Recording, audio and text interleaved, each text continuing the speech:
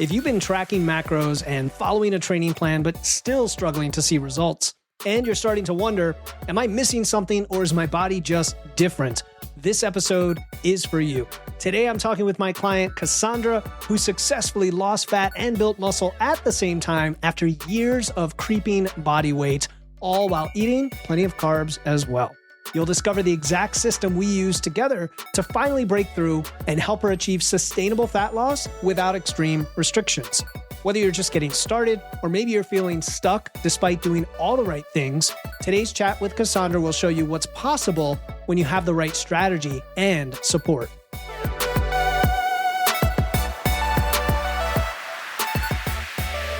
Welcome to Wits and Weights, the show that helps you build a strong, healthy physique using evidence, engineering, and efficiency. I'm your host, Philip Pape, and today we're doing something different. Instead of our usual guest interview, I am really excited to introduce you to one of my clients, Cassandra. Cassandra has achieved remarkable results using the systems and strategies we talk about on this show, losing significant body fat while maintaining and even building muscle, and yes, eating carbs. Most importantly, she's developed a sustainable approach that fits her lifestyle, not the other way around. Today, you're going to learn the exact process she followed, the mindset shifts that made the difference, and how you can apply these lessons to your own journey. Cassandra, thank you so much for taking the time to chat with me today. Thanks for having me. I'm excited to chat with you. So I just want to start with a little background. We don't have to do your whole life story. I know that's not what you wanted to come on here for, but I want to understand just where you're coming from, a little bit about yourself, and then what led you to seek nutrition coaching in the first place. Yeah, so I'm a 40-something female. I live in Florida. I have always, as my adult life, been committed to healthy living, working out, but that's been a long progress to learn about what is right for me, what changes my body. So when I came to you, I was not out of shape at all. I was doing group strength training classes. Actual strength training, barbell. I was going to the gym on my own, but I had noticed I was very slowly putting on weight, like maybe 10 pounds over about 3 years. It was just really slowly creeping on there. And I was listening to your podcast. I was loosely following Macro Factor, but not seeing changes, not positive changes. And I really just needed accountability. I needed someone to help me just stay on the path. And that's when I reached out to you. Cool. So I like how you said, you weren't quote unquote out of shape, but the weight was creeping on. And, I like it when people hear real stories from real people who it's not like you're a total beginner, eat 300 pounds overweight and don't know what to do at all. It's that you've taken the action, you've done things, you've gotten in shape, you're going to the gym, you even started using Macro Factor, listening to this show. And I encourage people to suck up the education and try things for yourself and experiment. But still, something was going on and you were like, I need to figure it out. So was that the biggest challenge for you then, was just you had tried different things and there was some mystery to be solved? Or what do you perceive as the number one thing that you said, no, I really have to have coaching. I really have to have that accountability. What is that? Yeah, I felt like I was doing things right, but I can look back and sort of pinpoint where I wasn't. I would eat a deficit for 3 days, but then not for 3 days. And so for me, I think I needed the accountability. I needed someone that I knew was going to be looking at my nutrition, every 2 weeks when you evaluate it, and kind of holding me accountable and calling me out if I didn't follow it. And for me, just sort of knowing that, I don't want to say pressure, but just someone there was really going to help me. Yeah, I think support is underrated, right? Coaches have coaches too. I've got a lot of mentors and coaches, and the more I've been in this space, the more I want to immediately go and find somebody that knows more than me to help me out. So it sounds like there was frustration with, even if you kind of knew the process, there was still something preventing you from really sticking to it. And you're like, just let me lean on someone a little bit, take off some of the, I guess, mental stress maybe. Was there an element of that to it? Oh, yeah. Yeah, absolutely. Yeah. And then you kind of talked about what you were already trying. What do you think about the approach you were using wasn't working? And the way I want kind of the listener to perceive this is, let's say they said, look, like Cassandra, I've done those things and I know I need to be in a calorie deficit or whatever it is. And I know they're going to work. So I'm just going to do it on my own. I hear Cassandra, but I'm not like her. I can do it on my own. I want to understand where that is, because I've been there too, trying to do it on my own, thinking, I got this. Yeah. So I think there were things I wasn't doing them quite right. Like I was hitting my protein and maybe the calories and my fats were really high and my carbs were really high. And this is something you called out when I started to go into the deficit. You sort of called out that my carbs and fats were a little excessive. So we cut back on that and I started to see a little bit of difference in my weight going down. Cool. And sometimes it is the little things. It's like, boom, revelation on day one. And as a coach, I love that because I don't want to say it makes my job easy. It more makes it allows the years of times of seeing this with other clients, allows me to bring that to you and say, look, like go through my Rolodex. People know what a Rolodex is anymore. Go through your Rolodex in your head and say, okay, this is the thing that might be helpful. And if it doesn't work, we go to the next strategy.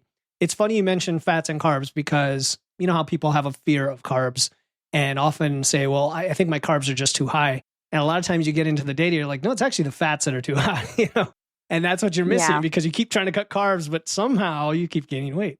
Yeah. And I love fat. I had a very high fat diet. I love my feta cheese and avocado, but it hasn't been that hard to scale back. And, we started with the maintenance phase, which I had skipped that when I was trying to do things on my own. I didn't really think it was important. And that was silly because it's very important. It was really helpful to learn like what my body feels like at maintenance and to also be tracking my foods and thinking, okay, well, I can cut this when I go into a deficit. I can live without that feta. And so that was really helpful for me. And that was how I really learned to sort of trim the carbs and the fats once we got into that deficit phase. Yeah. And it's great to have those foods you love and like try to figure to get them. How do you get them in? You said something interesting there about maintenance. So did you say you tried to do maintenance before we worked together and like tried to shortcut it? Or even when we started, you were impatient to get through it? What's the situation?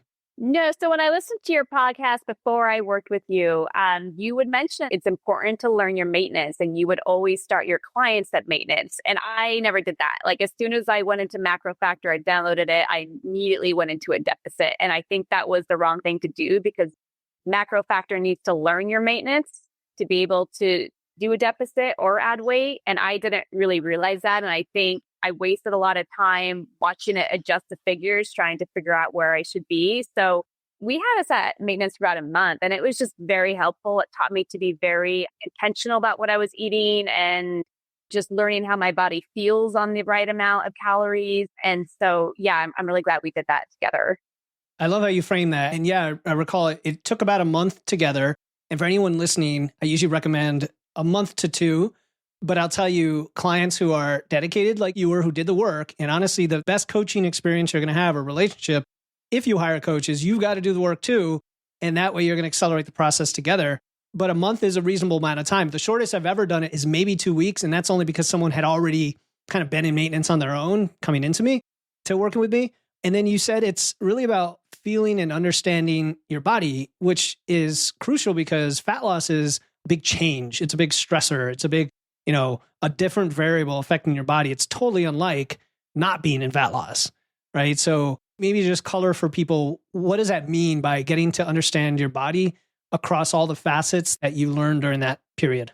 Yeah. So how much energy I had was really interesting to familiarize myself with while eating at maintenance. Because, when you are working with clients, you ask them at every check-in, like, how are your energy levels? And my energy levels were awesome. Like I was just killing it at the gym, killing it with my lifts. And it just sort of taught me like when I'm eating right and not going over and not going under, like I'm doing what my body needs, I can do really well in the gym and have energy for my day. And I think that was really important to learn. And so comparatively, when we did go into the deficit, I did feel those energy levels drop a little bit, of course, but I knew my body well enough to sort of understand what was happening. So that brings up another interesting question about when you talk about energy and feeling this sense of, I guess, thriving during this period, because a lot of people, especially women who've been chronically dieting, almost don't know what that feels like.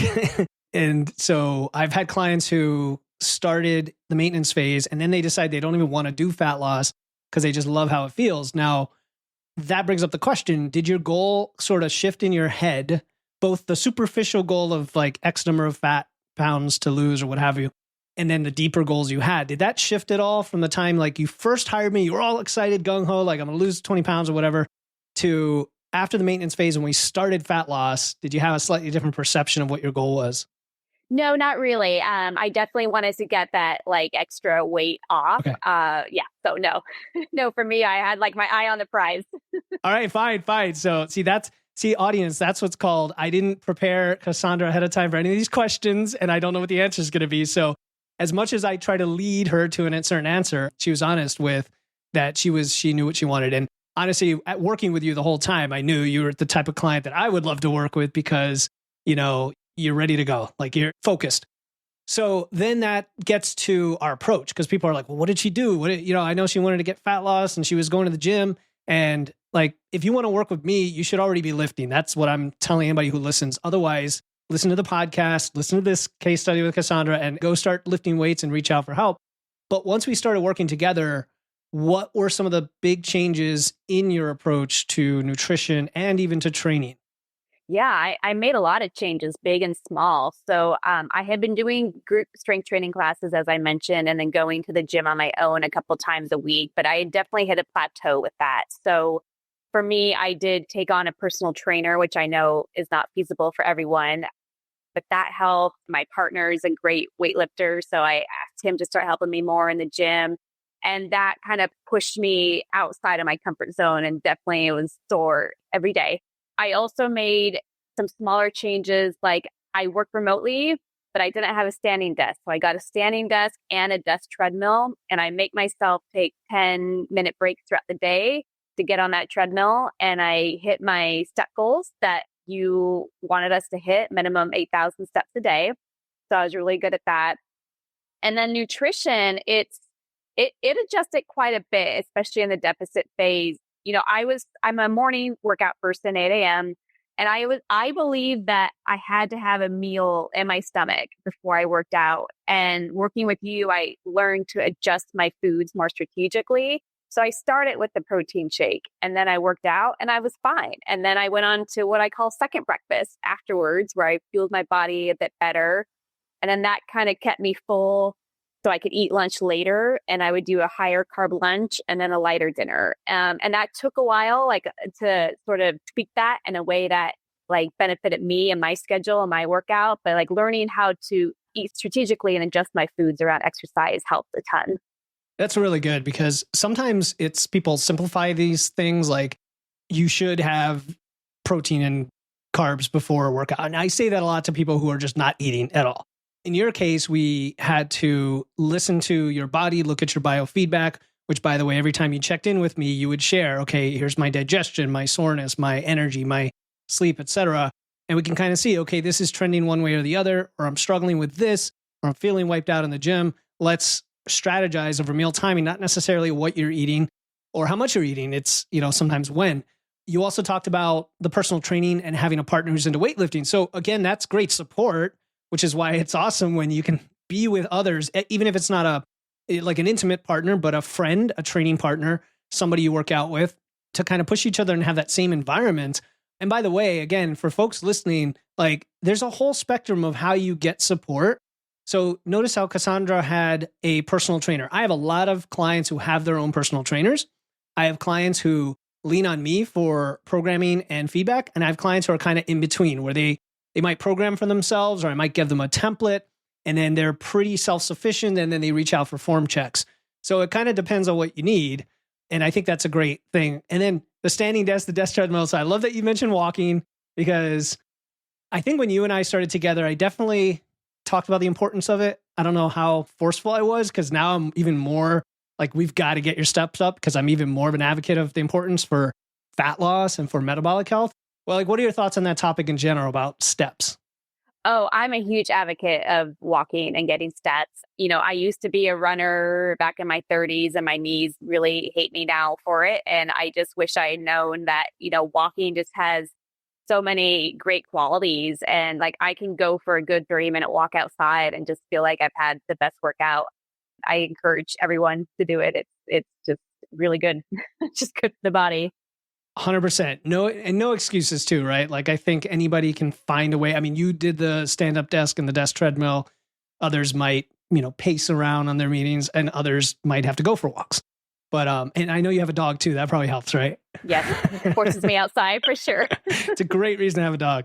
Okay, I guess another thing that comes to mind then is like, how did this whole thing feel compared to what you did before? Because I know we talked before we recorded about a lot of this is really how you felt as a person or what you were doing, the confidence, the mindset.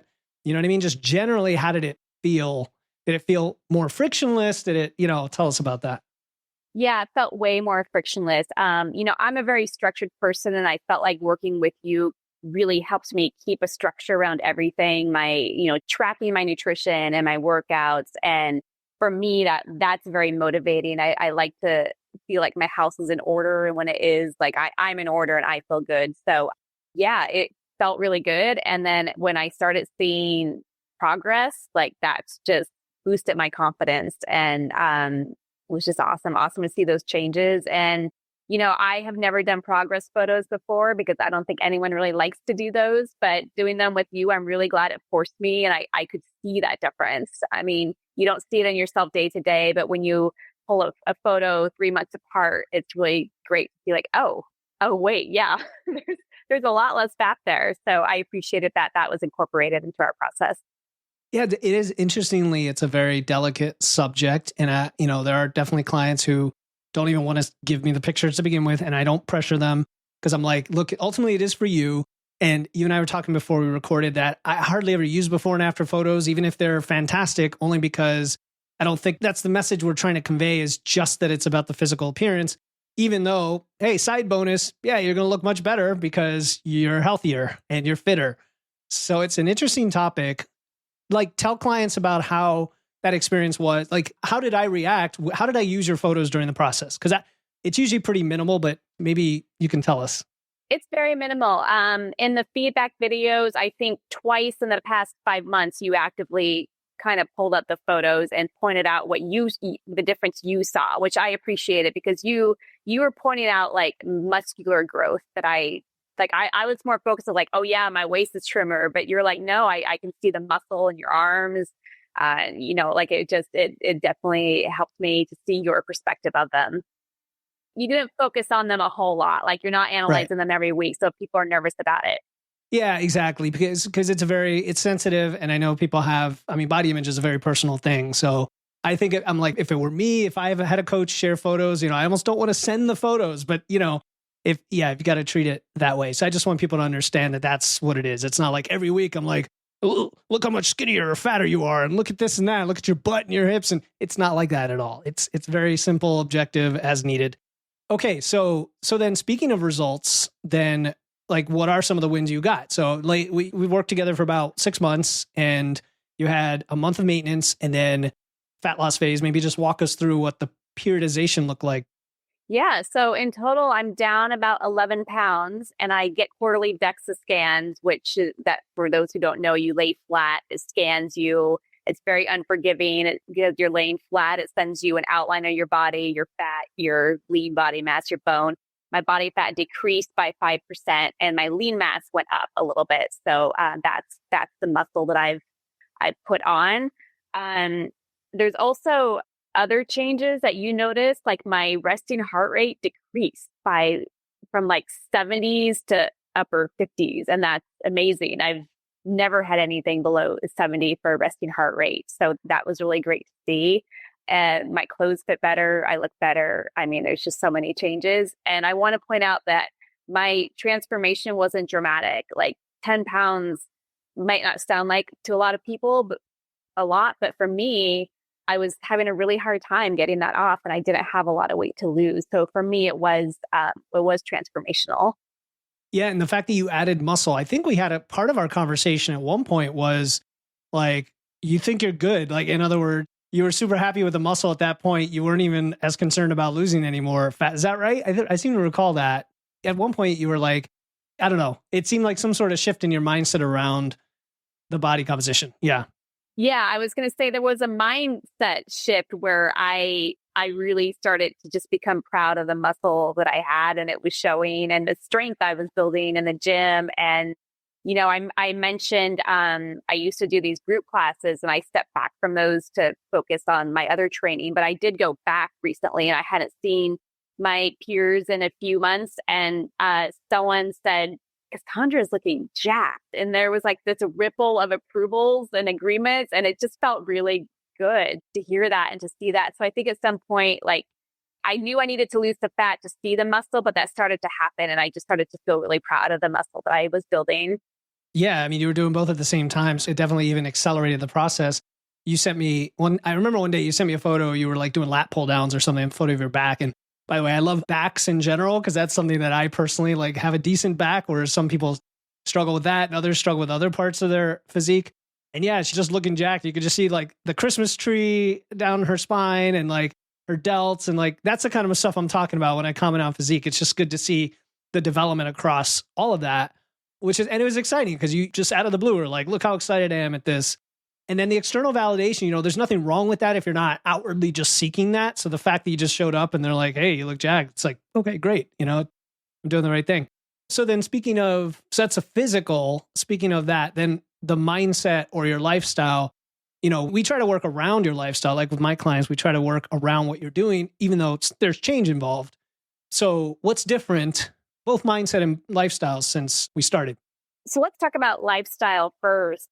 One of the areas which was a sticky point and still is challenging as I travel for work once or twice a quarter. We also have a fifth wheel we take out. We travel personally. And so learning to keep my nutrition in check while on the road was hard. And we had to work through that. And I think what we kind of agreed upon was going to maintenance when I do that.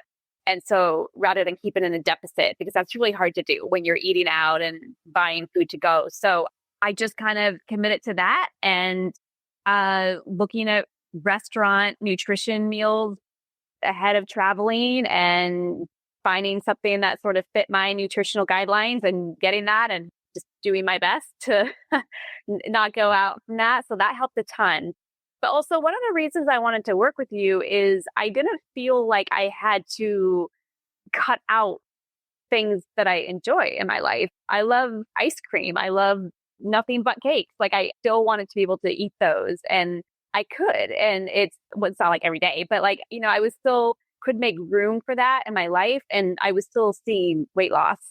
So I think that was something I really appreciated, and also just helped me with my mindset sort of realize like I can still enjoy my life.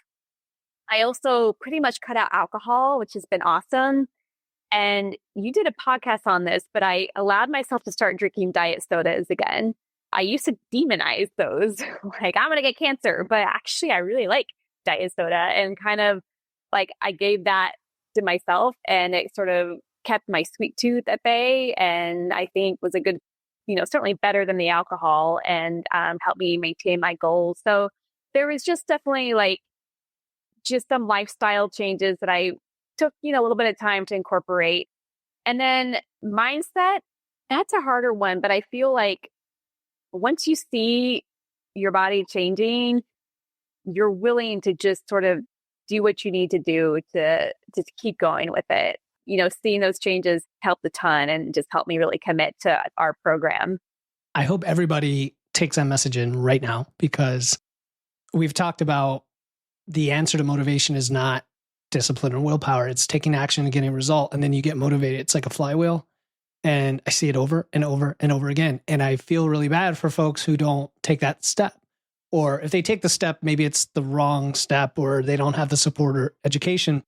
And even the things you just listed off regarding travel and alcohol and diet soda and everything, and that it took you a little time to incorporate it, those are all key messages here, because you took a little step here, a little step here, literally more steps, another step over here, and they just sort of built on themselves in I don't want to say easy because it took effort, but like a totally doable way, even when you're in fat loss. And what I don't want this podcast to be is like, let's go through every single strategy that Cassandra used so that you can use it too. It's the principles of, making it work around your lifestyle. So I really love that. And I always like to ask this because you've learned a lot. You probably learned even more than you realize you've learned, right? If you just like sat down and wrote it out. But I always like this thought experiment. If you went back to yourself before we got started, what would you tell that person that would even accelerate it further? That's a good one. And you could even go back further in time if that makes it easier. I don't know. I think I would tell her to just not be afraid to tweak things and adjust things and do what she needed to do to reach her goals. I mean, I definitely was forced to do that with you. Forced sounds like a bad thing, but it's not. Like you really challenged me to sort of think about things differently, and it really helped me achieve my goals. So that would probably be my suggestion to her 6 months ago. That's great. Yeah. And I know you did that. So I guess what she would be doing is doing it even faster and quicker and sooner, maybe. Hello, my name is Heather, and I am a client of Philip Pape's. Just 6 days after I started this cut, my family and I were in a 7.9 magnitude earthquake here in Adana, Turkey. As I tried to process the stress and trauma, my first instinct was to say, oh, you've been through something hard. This is not a good time. But instead, I reached out to my coach, and he got me under the bar that day. And he helped me keep my macros that day. And not only did I realize that I was doing something fantastic for my body, but I realized that I was doing something fantastic for my mind, and that it was going to help me keep the mental clarity that I was going to need to get my family through what really has been a very difficult 2 months. And here I am on the other side of 8 weeks, got my kids through all the things that we have been through, and I weigh 12 pounds less than I did. And I got a new PR on my bench press. I have a long way to go, and there are still things that I really want to accomplish, but now I know that I can, and I'm really grateful. Thank you, Philip. There's something called a forcing function, right? In math or engineering or whatever. I always pull these things out of my butt, where they use the word force can be a positive in what you're talking about, in that something that didn't exist, now it exists. It's a force. It's a push, right? It's like Newton's whatever law. Yeah. It's like you can't help but be like pushed along. It's like somebody's here pushing you. Can't. No. Okay, no, I'm going to do it. And then combined with all this tracking and everything. Okay. Oh, I know what I wanted to ask you. Speaking of the tracking, you said you're a structured person and appreciated that. What if somebody's listening and says, I'm not that kind of person. I'm kind of willy-nilly. I don't like data. I don't like to weigh myself. Like, I'm just curious what your thoughts are. Could this process work for them? Or do you think it's like certain type of person needs to work with a certain type of coach? I think I'm someone who loves the data and the entering things so much. It's hard for me to understand people who might not be natural to that. Me too. I would really encourage them to just commit themselves to tracking for maybe a week and get it like a sense, and make sure that they understand like what 3 ounces of meat looks like, or what 80 grams of raspberries looks like. And then, like maybe they could sort of not track, but I just think that it's just such a benefit and holds you so accountable, and it's really eye-opening. And calories add up very quickly. And if you're not tracking those, it's really, really easy to go over. So you're saying it's easier to track and have confidence in what you're doing and know what you're doing than to not track and just be totally lost. Yes, kind of what you're saying. Yeah. And also the tracking, it doesn't take a lot of time out of your day. So every morning when I make my protein shake, I pull out macro factor and I add in what I think I'm going to eat for the day. And it takes me 2 minutes, and macro factor is really good at like following your algorithm of food, I guess, and suggesting like what you think you're going to put in at that time. It's usually right at the top. I mean, it takes me 2 minutes. And then as I make the meal, I weigh it. Again, it takes me 5 seconds, and I just adjust it, and it's there. It's not, I know some people just aren't inclined to that, but it really is very simple, and it's just a habit that you have to make for yourself. Yeah, totally agree. I think you just got to do it. That was your advice, is like, just try it out, because you might be, people say that they don't like something until they do it. And then, whoa, I used to be that way just about macros in general. Like, I tried it years ago. The app was terrible. So it was slow, too much friction. I didn't know what to do with the number. I didn't know even what my targets were. And so, of course, it didn't work. But if it works for you and you get the result, then you'll see how amazing something like that could be. So, all right. Is there anything else about like nutrition science, or let's say your metabolism, or maybe something specific to women that could be helpful? Somebody listening that you learned through this process? I'm not trying to lead you to any specific answer. Just, how we track your expenditure and we talk about stress and things like that. Anything come to mind? Can we talk about weight trends? Sure. Let's do it. One of my favorite topics. You did a podcast on this, but, I think for people, especially women, the number on the scale carries so much weight. And it took me a while to understand that the weight trend is far more important than what's on the scale day to day. And, when we're working with you, we weigh in every day, tracking a macro factor. And there are some days where I would get really frustrated by what I saw on the scale, and I would pull up macro factor and look at the weight trend. And there's a light purple line in the background that I think is your actual weight. And that thing is all over the place. It's up, down, up, down. But then the weight trend, the solid dark purple line, was always going down, always. So even during those periods where I was plateauing and just feeling really frustrated, I'd look at macro factor and it would sort of be my little ally encouraging me, because that weight trend was always going down. And it just takes time. And over time you get there. So that helped me in sort of not putting so much value on the scale weight every day. A lot of people need to hear that. They really do. And that principle applies to lots of data points, right? Because you go to the gym one day and your lifts aren't quite what they are normally. You don't just give up and say like, that's a reflection of your entire training program. It's just quote unquote bad day. It's not even a bad day. Yeah. It's a day that you learn from. Same thing with your calorie level. Like, did I ever get on you for like being 50 calories off or even hundreds of calories off if you had a bad week? Hopefully I never berated you for that. It was more of, here's data, right? Yeah, no, exactly. I mean, sometimes you say, oh, a couple days where you were a little high, but I never felt bad about it. Like, yeah, I always felt comfortable communicating with you of like, I had to travel or work was very stressful and I just kind of stress ate a little bit. Like I always felt very comfortable in our check-ins, putting that in. So you sort of knew what was going on in my life, and I never felt judged at all. I always felt comfortable. Yeah. Yeah. And Cassandra's talking about the times when I like numbers attract me. So when I look at the data, I'll see like highs and lows and I'll highlight them. Sometimes I use yellow or maybe red. I like in my head try to avoid red because it looks like bad. And I don't mean to say that. But I'll be like, yeah, here we have some outliers. Let's talk about what might have happened and, go look on those days and see what happened. And there's data for you. So, all right, results wise, a lot of mindset stuff, physique improvement, you're stronger, you lost fat. Where are we now? And what's next for you? And we could even use this as a little bit of coaching on air if you want. Where do we want to go next? Yeah, so I had a very stressful travel week last week. And while I tried to eat at maintenance, it was a little over. Normally the scale is a little high and then it kind of just, goes right back down, and it hasn't done that yet. And so I feel like we should still be in a deficit for a little bit longer. But kind of once I get to a range where I'm feeling really good, I think the focus for me is going to be muscle building. You talked about doing something like I can't remember what you called it, like a light gain or something like that. Maybe a lean gain? Yeah. Lean gain. Yes, that's it. Yeah. Maybe going into that next. Yeah. And just so folks know what Cassandra's talking about, for me, a lean gain is still meaningful gain. It's not like if you Google lean gain right now and say, I want to see what she's talking about, you're going to see a lot of conflicting advice, just like you will with everything when you Google it.